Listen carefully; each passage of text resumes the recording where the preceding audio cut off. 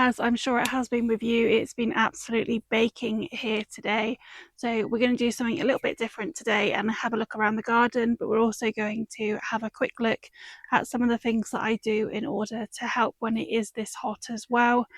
And I'd love to hear what you do, what you find helpful. It's currently about 9 p.m. and it is finally cooling down enough in order to start watering in a bit as well.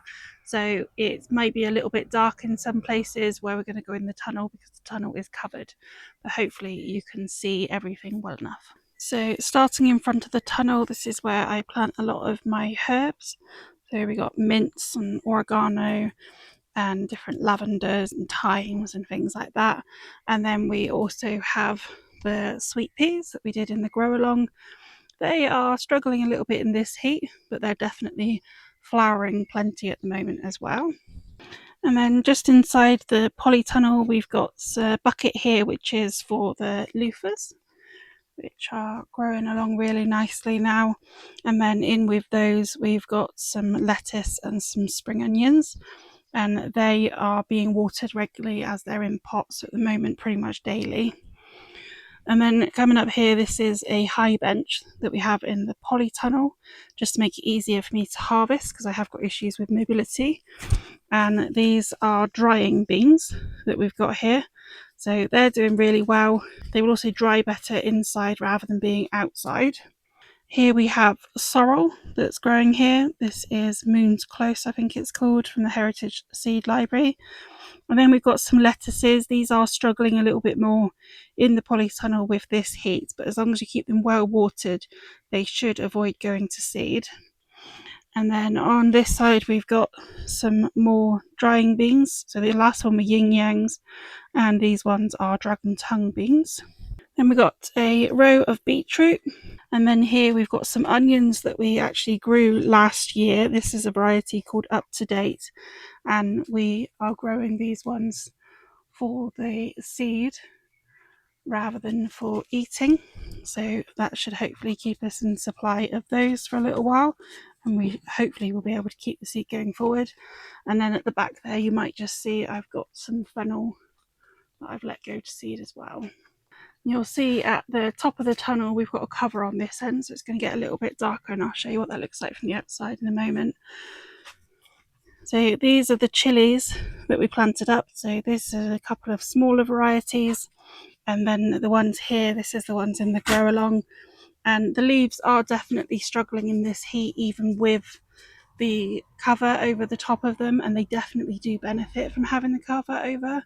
And this is the one with the Incredibloom. It's looking really green and really good. And then this is some of the other compost that I used.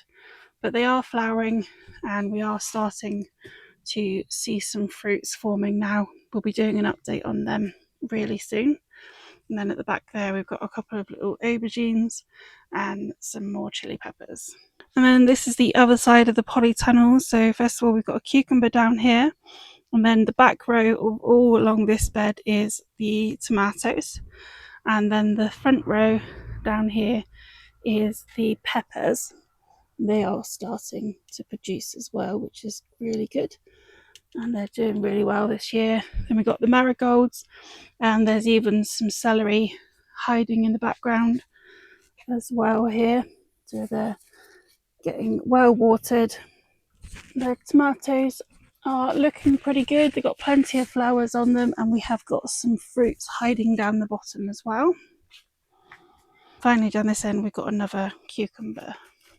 And then on this bench, I've got some seedlings that are left over. So mostly they're alliums, some chilies and some peppers. Got a few brassicas and some tomatoes, and then some flowers as well. And then down the bottom is where all the new things are being sown, and a few more flowers as well. So coming out the back of the polytunnel, we've got this really messy area, which is where we keep our compost bins. And then I have a few seedlings and things. We've got an IBC over there, and tons of weeds. Over here, we've got lots of flowers in these beds, and weeds, obviously. Then here we've got the peas that we've been doing for the grow along. They are looking very sorry for themselves. Clay, looking for something. But they are actually going to be producing seed for us now. So I've not actually picked any of these. We'll have a look at the other ones in a moment. Some cosmos starting to flower amongst this bed as well now. It's looking really colourful. Down here we've got the leeks that we've only just planted. Next to the leeks we got some sweet corn. This is for drying corn, but Clay was a puppy when we very first put this in and he really crushed them. So they're doing better than I expected. And then beside that is where the broad beans came out. So that's waiting to be planted. There's a few things that have set seed, or like the kale there has just grown where I've cut it off at the base and it's regrown a bit. Now we're back to the front of the polytunnel, and in this bed here, which has just been uncovered actually, we have some onions. So these onions down here are the ones that were sowed in August for an overwinter from seed variety, and they are just starting to get ready, so they're all falling over. Then in the middle here, amongst all the foliage that's falling over, is some of the summer onions that we've got going. And then at the very end here, we've got a few more of the winter ones that went in a little bit later, and plenty that have self-seeded of the flowers as well. Over here, we've got the asparagus bed, which is absolutely huge, and the foliage is going mad. So they seem to be really enjoying the weather at the moment. Then I've got a cold frame. So on one side is strawberries, and that's for an early harvest. And then on the other side at the moment, we've got a courgette in there. And I tend to put it in there because they don't always do so well. But this is exactly what Clay continues to be doing across all of the beds. Clay, out. Good boy. So might have to put the lid back down on that one, but it's just starting to come into flower at the moment. And then we've got this arch that goes along the majority of the length of the garden that my husband and son built for me. And up here we've got lots of different climbing varieties. So on this side we've got black knight runner beans. On this side we've got some French beans. They are just starting to flower at the bottom, but I haven't noticed any beans on these yet, whereas the runner beans are just starting to put out little pods at the moment. These are the peas that I've been growing as part of the grow along as well, and the ones that have gone directly into the ground. And the difference of these compared to the other ones is that I've picked them, that they have gone into the ground, and that they're getting more nutrition directly out of the ground. I'm not overly good at feeding any of them, but they will be over reasonably soon as well. And then down here we've got another variety of climbing beans. This one is a purple podded variety. This is a tall variety of pea that I'm growing as well. So this one isn't part of the grow along, but they are absolutely dripping in peas at the moment. So they are doing extremely well. I need to start picking some more of those. Some of them are starting to become ready again. And then down the bottom here, we have some borlotti beans. These were meant to be climbing beans, but they are clearly not. So at the moment, they're just doing dwarf beans. And then this is the cover that we've got on the polytunnel. So this is reducing the heat in the tunnel from well above the 30 mark to into more like the mid 20s. It is literally just an old gazebo cover, and it's just cools it down. You could use anything. In the past, we have also used old bed sheets and things like that. So you don't need to go out and necessarily buy anything, but it is really helpful to be able to pop them on and take them off again. What are you doing? Clay does not agree with the no-dig philosophy. Next to the arch that we've just had a look up the middle of, we've got some golden beetroot down here. So these are doing really well. We've already harvested a few of them out of here. Here we have some carrots, and then there is many flowers that have just self-sown in the homemade compost, or the violas have self-sown there. And we've even got verbenas that are coming up everywhere. This is some cauliflowers that I just popped in expecting them to be eaten by slugs and caterpillars within minutes. They were left over actually from sowing last September. All the others have been harvested a long time ago, but actually these are probably going to start producing as a harvest. They're just starting to curl up in the centre, showing that they're likely to do that. And then here we have some onions, and these are the summer onions. I'm seeing how they do without a net on, because I'm interested to see if the allium leaf miner is as bad every year or whether it's just some years. So we'll probably end up eating some of these as spring onions, which they're about ready for at the moment, and then we'll let some go and see how they do. And then next to these we've got some radish, we've got a potato that has come up all on its own, and down here we've got a chicory, which is a red or a pink variety of chicory that we're allowing to go to seed, to collect the seeds on that one. And then we've got some more carrots, some more radish, and they're a long variety of radish. And then at the very end of the bed we've got some parsnips. And then on this side of the arch we've got some more beetroots gone down there. So this arch was actually put in after some of these things were sown, so they're in a bit of an odd position at the moment. Then this is where we had some early potatoes, so that's waiting now for some celeriac and some other things. I can't remember exactly what's going in there. And then we've got some more beetroot here, which is undersown with clover. I did have something else planned to go in there, so I'll probably end up taking that one out.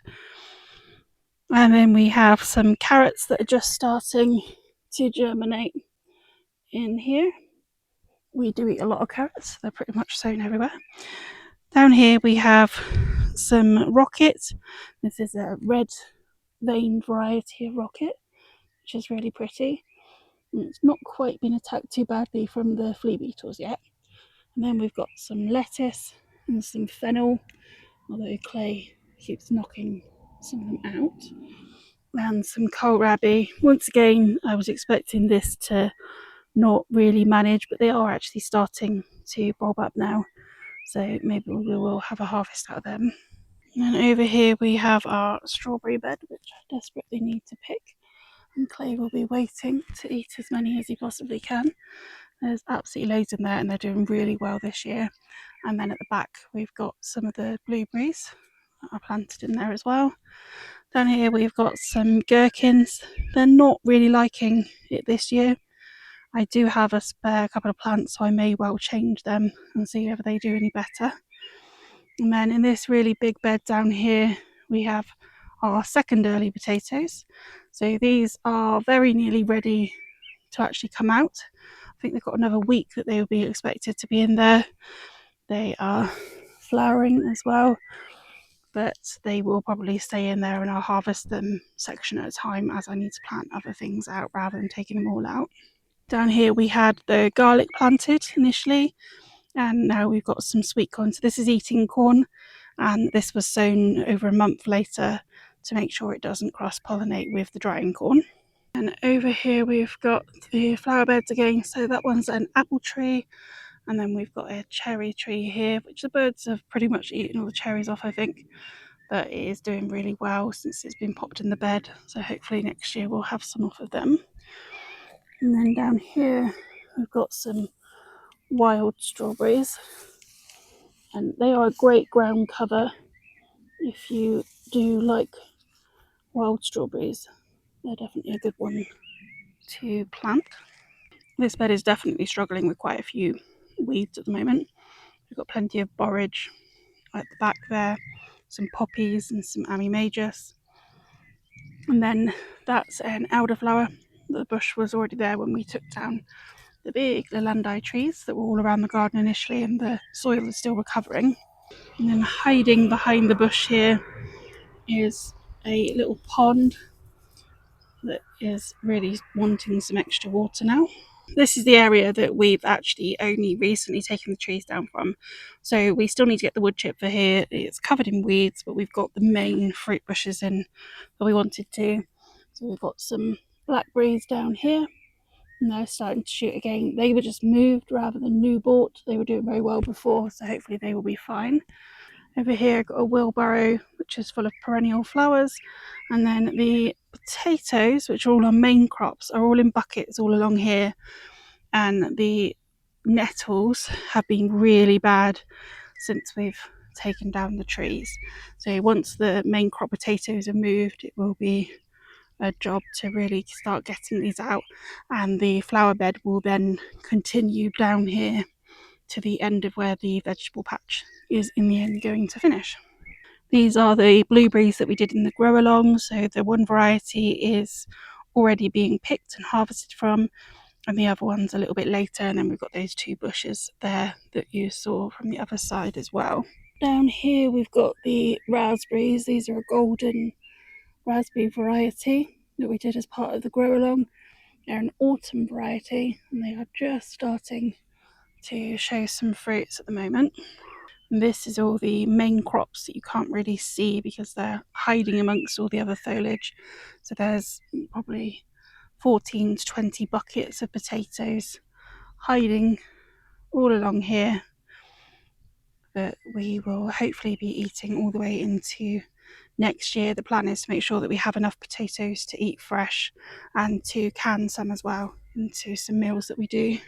At the moment, we are basically watering anything daily that is in pots. We also water daily seedlings, anything that has been newly sown or newly planted. We'll want a regular water supply until it's established. But other than that, most things are watered deeply once to twice a week. It will be, of course, twice a week at the moment if this heat continues. Anything in the ground, I'm not really worried about as much as I am in pots. Some of the things that I will be considering in the ground is things like soft fruits, where you know that they like that additional water because that's what they're mainly made up of. Celery and celeriac, things like that, they're bog plants. So it's really beneficial to make sure that we have plenty of water for them.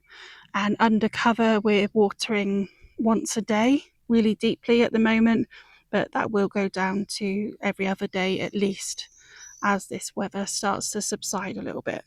For seedlings like this lettuce, they will be kept really quite damp. Lettuce don't like germinating in too high temperatures, so they're in the shade, and then they will also be kept damp as well.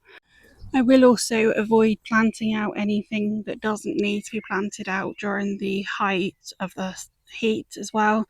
So if I wanted to plant things out, I'd be planting them out first thing in the morning or ideally last thing at night. Watering first thing in the morning or last thing at night and water really deep is going to really help.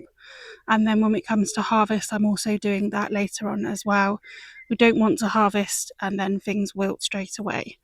So hopefully that can help you think about what you want to prioritize and what will be absolutely fine. But it's also about the value of that crop. If it's something that you've really desperately wanted to grow and is going to feed your family, then you're going to want to make sure that it's watered. It's an absolutely beautiful sky over there as well. And hopefully the rest of the summer will be beautiful, but maybe not quite so hot.